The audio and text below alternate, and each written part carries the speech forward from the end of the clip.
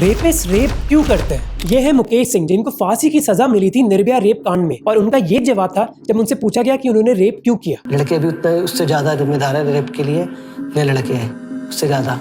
मधुमिता पांडे जब नई दिल्ली की तिहाड़ जेल में गई थी, उन्होंने 122 कन्विक्टेड रेपिस्ट का इंटरव्यू लिया बस एक सवाल के लिए कि रेपिस्ट रेप करते क्यों हैं। इसके लिए एक तरीका है कि आप रेपिस्ट से ही पूछ लो। जब उन्होंने एक 50 साल के रेपिस्ट से पूछा जिसने एक 5 साल की लड़की का रेप किया था, तो उसके जवाब ने उनको दंग कर दिया। उसने कहा कि उस लड़की का बुरा कैरेक्टर था और वो लड़की उसको उकसा रही थी, इसलिए उसको सबक सिखाना जरूरी था। उनको ये रियलाइज हुआ कि मोस्ट रेपिस्ट में रिमोर्स या फिर खुद की गलती मानने की फीलिंग होती नहीं है। उल्टा वो दोष डालते हैं विक्टिम पर। दूसरे लोग कहते हैं कि पॉर्न की गलती है या फिर वेस्टर्न वैल्यूज की गलती है या फिर गलती है कि हमारे इंडियन लड़कों को सेक्स ही नहीं मिल रहा। पर ये सारे कारण गलत है। मेनली 2 पॉपुलर थ्योरीज है। पहली थ्योरी है एवोल्यूशनरी थ्योरी, जो कहते हैं कि ह्यूमंस दूसरे जानवरों की तरह अपना स्पर्म स्प्रेड करना चाहते हैं और इसी वजह से लड़के लड़कियों का रेप करते हैं। पर ये थ्योरी ये एक्सप्लेन नहीं कर पाती कि दुनिया में 0.5% रेप विक्टिम्स की उम्र 12 साल से कम की है और 4% की 45 साल से ज्यादा, जो बच्चे पैदा ही नहीं कर सकती। तो सीमेन स्प्रेड करने की बात कैसे आ गई? मोस्ट लाइकली थ्योरी है सोशियो कल्चरल थ्योरी, जो कहती है कि रेप इसलिए नहीं होते कि लड़कों को सेक्स नहीं मिल रहा, बल्कि रेप होते हैं पावर और डोमिनेशन की वजह से। रेप एक तरीका है